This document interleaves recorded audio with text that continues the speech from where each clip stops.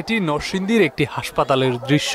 বহির্বিভাগে ছোট শিশু কোলে নিয়ে মায়ের অপেক্ষা চিকিৎসার জন্য। বেশিরভাগ ওয়ার্ডেই জ্বর, সর্দি, ডায়রিয়া সহ নানা রোগে আক্রান্ত রোগীর চাপ। প্রচন্ড গরমে অসুস্থ প্রায় সব বয়সী মানুষ।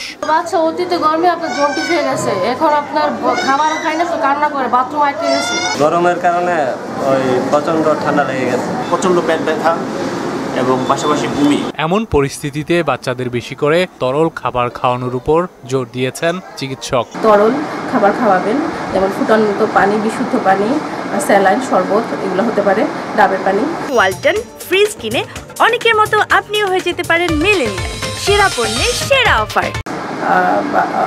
বাচ্চা যদি জ্বরে আক্রান্ত হয় তাহলে বাচ্চার গা বারবার মুছে দেবেন এবং নিকটস্থ চিকিৎসকের সাথে যোগাযোগ করবেন। তীব্র গরমে শিশুদের জ্বর, ডায়রিয়া, নিউমোনিয়ার মতো পানিবাহিত রোগ বেশি হচ্ছে বলে জানান হাসপাতালটির আবাসিক চিকিৎসক। ডায়রিয়া রোগী কিছুটা বৃদ্ধি পেয়েছে, শিশু রোগীরাও বেড়ে গেছে। দেখা যাচ্ছে শিশু ওয়ার্ডে যে রোগী তার তুলনায় 3 গুণ রোগী এখন শিশু ওয়ার্ডে। শুধু ডায়রিয়া না, শিশুদের জ্বর এবং নিউমোনিয়ার সহ কিছু।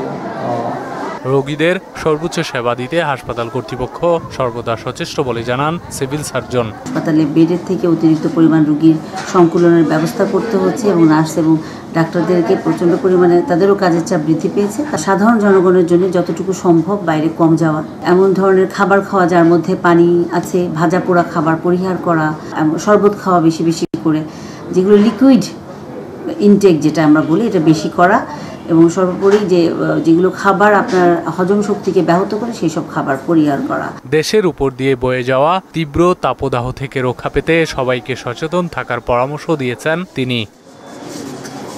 তানজিদ ভুইয়া, মোহনা সংবাদ।